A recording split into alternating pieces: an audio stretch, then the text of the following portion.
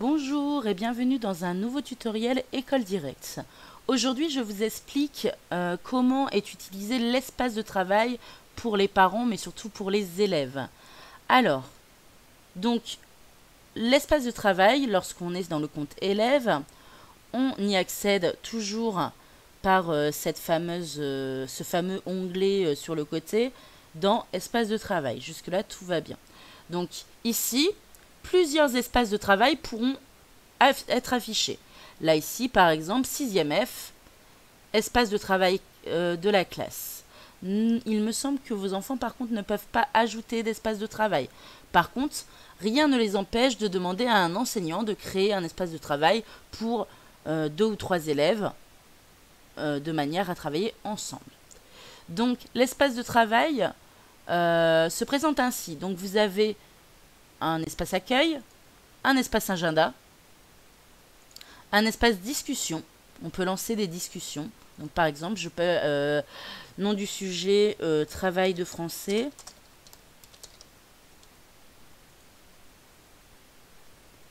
Et on peut mettre des nouveaux messages. Saisir un message. Help. J'arrive pas à comprendre. Envoyer. Et là, du coup, vous voyez, ça apparaît comme dans un chat. Et par exemple, moi, Madame Fouque, qui est de l'autre côté, qui va sur l'espace de travail dans la discussion, elle voit ici, help, j'arrive pas à comprendre. Et je mets, comment puis-je t'aider? C'est vraiment un chat interne à École Directe et surtout interne à l'espace de travail. Donc voilà. Mais il y a également un cloud, attention, qui est différent du cloud élève. C'est le cloud de l'espace de travail. Et par exemple, ici, Madame Fouque a mis ce qu'on appelle un pad qui s'appelle test. Alors, qu'est-ce que c'est? Le pad, c'est un document collaboratif où tous les élèves qui sont dans l'espace de travail peuvent écrire. Donc, par exemple, mon petit Ed, mon élève de 6e F, commence son exposé sur les contes de Charles Perrault. Alors, il est censé avoir écrit Perrault. Alors, je peux pas jouer 2 élèves à la fois, c'est dommage parce qu'on aurait pu voir aussi comment cela fonctionnait. Mais moi, de mon côté, donc qui suis le professeur, je vois ça.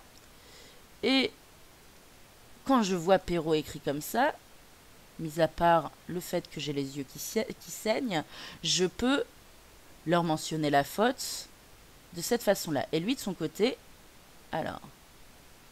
Ah oui, d'accord. Non, on est bon.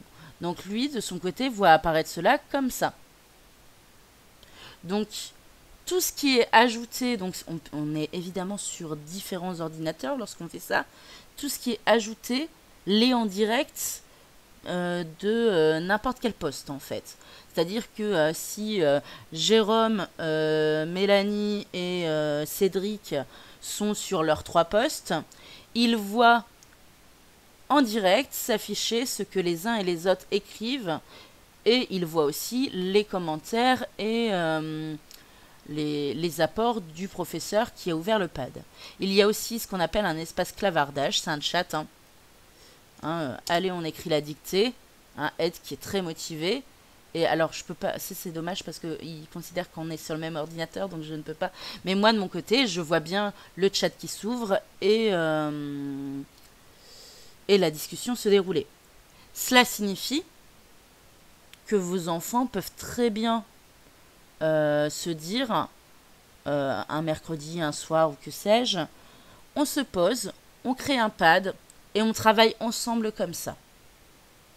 C'est une façon de travailler et une fois... Alors, sachant que ça s'enregistre en direct, ça c'est un gros plus. Et en plus, c'est accessible aux professeurs. Donc, s'ils ont fait le travail et au moment de ramasser, ils disent au professeur, bah moi, ça se trouve dans l'espace de travail, nous l'avons fait à 3, si c'était autorisé, bien évidemment. Il y a juste à aller voir dans l'espace de travail. Le professeur va dans l'espace de travail, il trouve le fichier et voilà, c'est suffisant.